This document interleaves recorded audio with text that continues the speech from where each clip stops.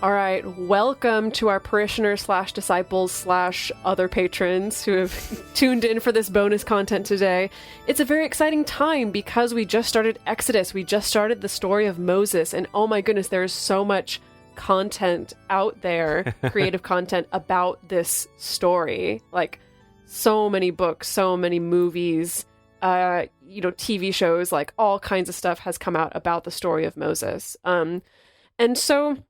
the first 3 chapters of Exodus, we covered a lot in a very short time. Like I mentioned in the episode that, like, there's a lot of gaps in Moses' story, a lot of gaps of time, like his childhood, his upbringing, him getting out to the desert, him being married, to Zipporah for a while before God even shows up with this burning bush, which means that it's been ripe for movies to add some interpretation to it. So, Em and Jace, y'all have seen The Prince of Egypt, right? Or I saw this ago in the theater. I saw it in the theater too. Yeah. What year did this come out? Do you remember? This is 98, I believe, maybe 99. Yeah. Okay. So it would have been like 16 or so. Yeah, DreamWorks film. Emily, do you remember anything about The Prince of Egypt? I know you sang that song, and I've sung that song many times, but other than the song. All I remember is the song, and then like doing it in front of, it was like one of my big first performances. Mm-hmm. Didn't go very well. Not gonna lie. Oh, no. I'm so sorry. Well, it was just like, I didn't really know how to deal with like being freaked out, and I was freaked out, and that was my first like, oh my God. Yeah, I get that. Well, you have to go through that sometime. For me, Prince of Egypt was a weird one because, someone who would do musical theater and was into musicals and stuff at that age. And I remember walking out of the theater and going, I couldn't sing you back a single song from that movie. I thought all of it was completely Mariah Carey forgettable. Song. I feel completely the opposite. But I think... The thing is, though, that, like, you were, like, already an old man when you saw this film. Very true, very true. We were, like, 16-year-old man. Yeah. Exactly. If you were 16, we were 10. Yeah, like, Emily and I were the target demographic for this film when it came out. And so, honestly, like, I loved this film as a child. And honestly, like, I still kind of love this film. Like, this film, even when I revisit it as an adult, there's something about it that's still very moving to me. Even, like... There's something about the art style. Watch it again with you. I loved that the art style, the animation clearly looked very different from Disney. Like the proportions they used for their character design, like it looked very different, but still really nice. All-star cast. There's definitely some criticism of the fact that it was cast with all white people. That probably wouldn't happen today. But there's that. And honestly, I think the writing in this film is actually really good. Like, there's a lot of scenes in this film that I still to this day feel very it's still very moving to me, even when I don't necessarily have this super intense like connection to, Christianity or Judaism. Like this film still is very moving to me. Anyway, so Em, as maybe you've picked up on, like, something that is really intriguing about the story of Moses is this kind of crisis of identity. Yeah, essentially, this idea that it's like, he's born to the Hebrews. He's raised by his Hebrew mother for a few years. We don't know how many years. It could have been just till he was like 2, until he stopped nursing, was given to the Egyptians, was raised by royalty, by the Egyptians, but also in the Bible, like, knew he was a Hebrew, but also people identify him as an Egyptian. And so, like, definitely this weird in-between space for Moses. Interesting, yeah. Yeah, and in The Prince of Egypt... they actually kind of change the story a little bit. Like, they kind of play it as though Joseph doesn't find out about being a Hebrew until much later in life. Moses, you keep doing that. Oh, gosh, darn it. Usually you're the one who keeps doing that. I'm so sorry, Moses. I just did it with Rachel and Sarah. With all the women, Rebecca, or whatever. Yeah.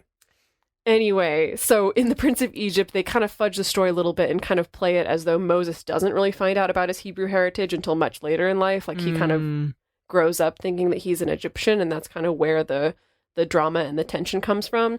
Anyway, I pulled up this clip, which is the scene, like, when Joseph gets told that he is a Hebrew. Like, his sister and brother, like real life sister and brother, Miriam and Aaron, are the ones who tell him. And I also love this scene because Miriam is voiced by Sandra Bullock, and Aaron is voiced by our favorite Jeff Goldblum. What? So, with that, Jeffy Boo. Let's watch this short little scene. At last.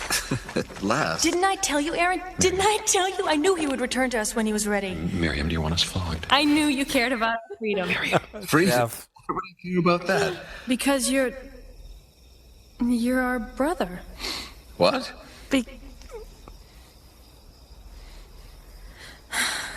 They never told you? Who never told me what? But you're here. You must know. Be careful, slave. Oh, Whoa. my goodness.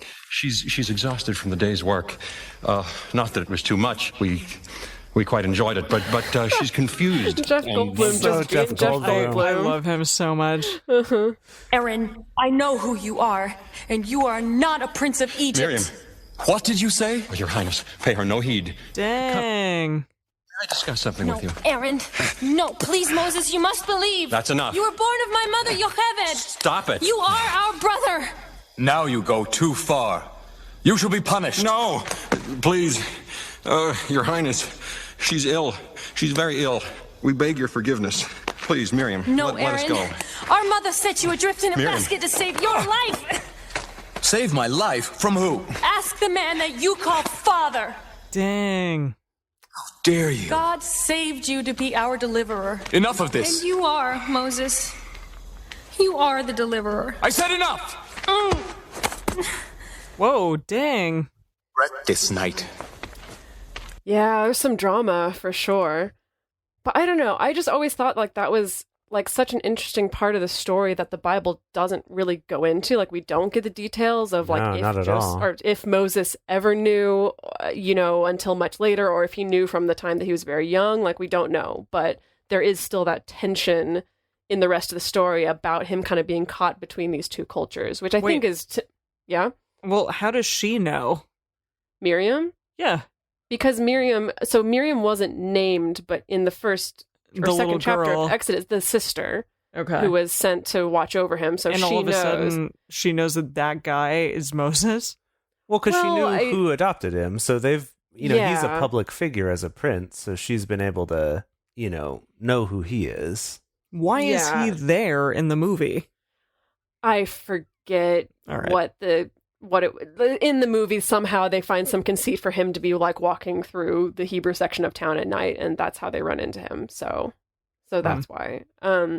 But yeah, I don't know. I think that's like there is something about that tension that I think makes the story of Moses really compelling. So that's the Prince of Egypt.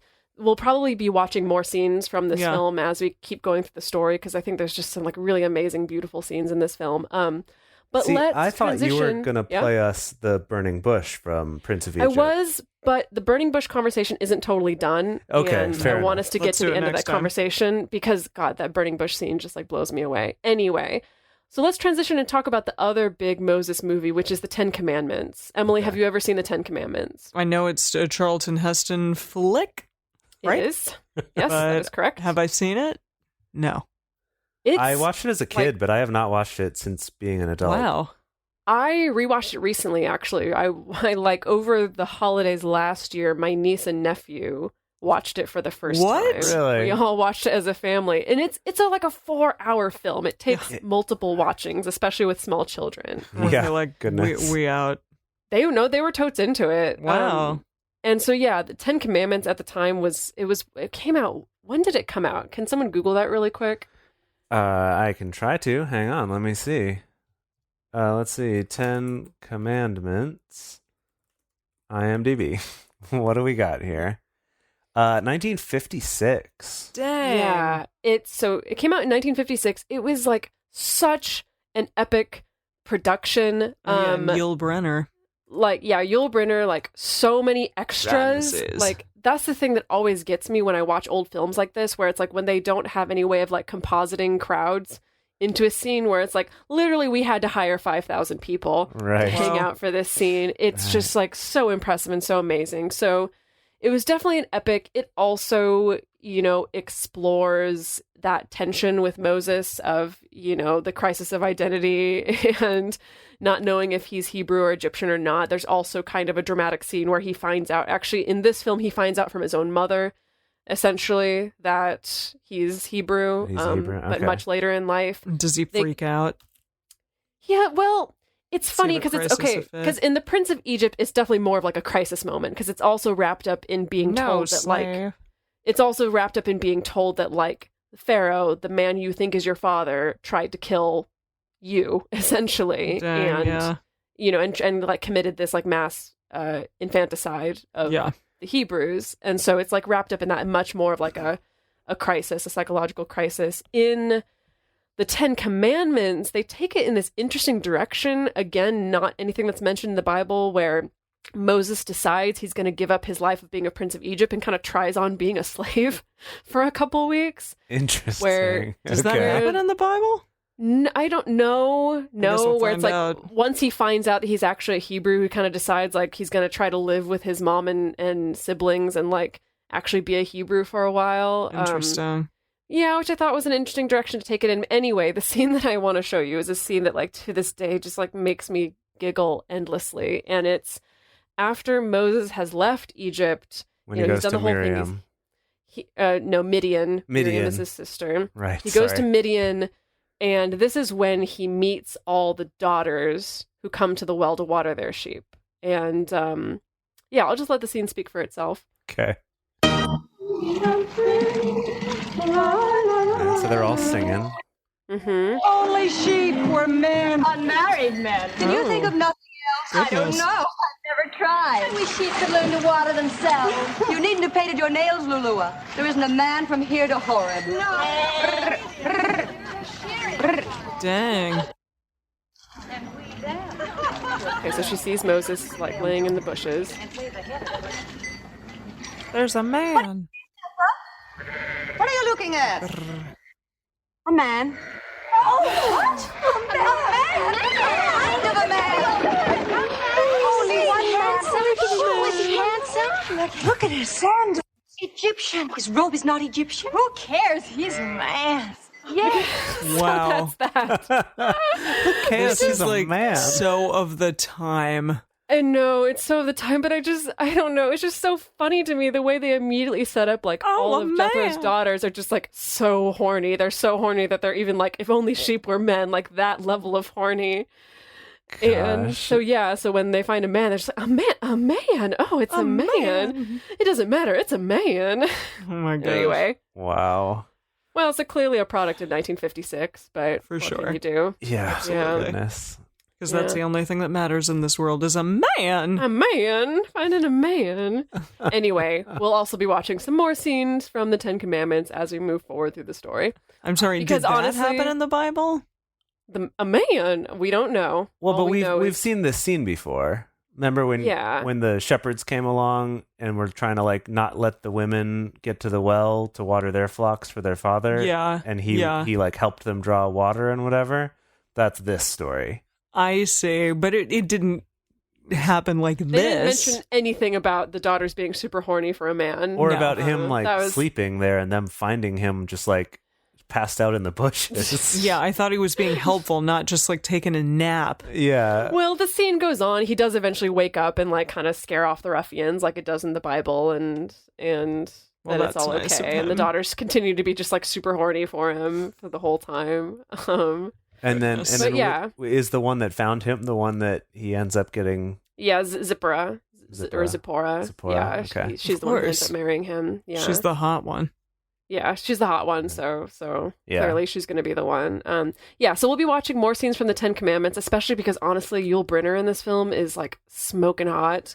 I mean, he's the bad guy, but also is just like looks real attractive. So Nice. That's what I Does he always have appreciate about the Ten the nice Commandments. like Egyptian makeup and everything like Joseph I did? think, yeah, they give him a little bit of the Egyptian makeup. So in this film, Emily, they kind of set up this tension. And actually, they do the same thing in Prince of Egypt, where they set up a tension between Joseph and Joseph's Egyptian brother, Ramesses. You mean Moses? God bless it. Moses. God bless it. I'm sorry. Moses. They set up tension between Moses and his Egyptian brother, Ramses. In Prince of Egypt, the tension is more in that, like, they're, like, really close best friends, and then then there's a separation and there's drama there. in Ten Commandments, it's kind of like Ramses is always kind of a dick, and like there's always been kind of a tension there between them. And they actually, in this film, they're fighting over the same girl, essentially. Yeah, the same like Egyptian woman that they both want to marry. So there's drama there. But then he gets with that other chick. With Zipporah, yes, that is true. I'm not going to ask because we'll get there. Okay. I'm going to leave you guys with a song at the end here. Oh. And that's that Moses supposes his toes are roses, but Moses supposes erroneously. For Moses, he knows his toes aren't roses, as Moses supposes his toes to be. What? What? I don't know what you just said. I don't know what happened. I don't know where the last 50 seconds of my life went. That's not biblical.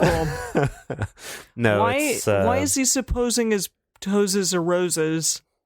It's a song from Singing in the Rain. Oh. And they're not referring to the Moses. It's just a guy named Moses. I just like it, though. Okay, all right. You're allowed to like it. All right, well, thank you for tuning in to this bonus content. Definitely keep your eyes peeled on the Patreon feed for when we post the next one after the next episode. We will see you then.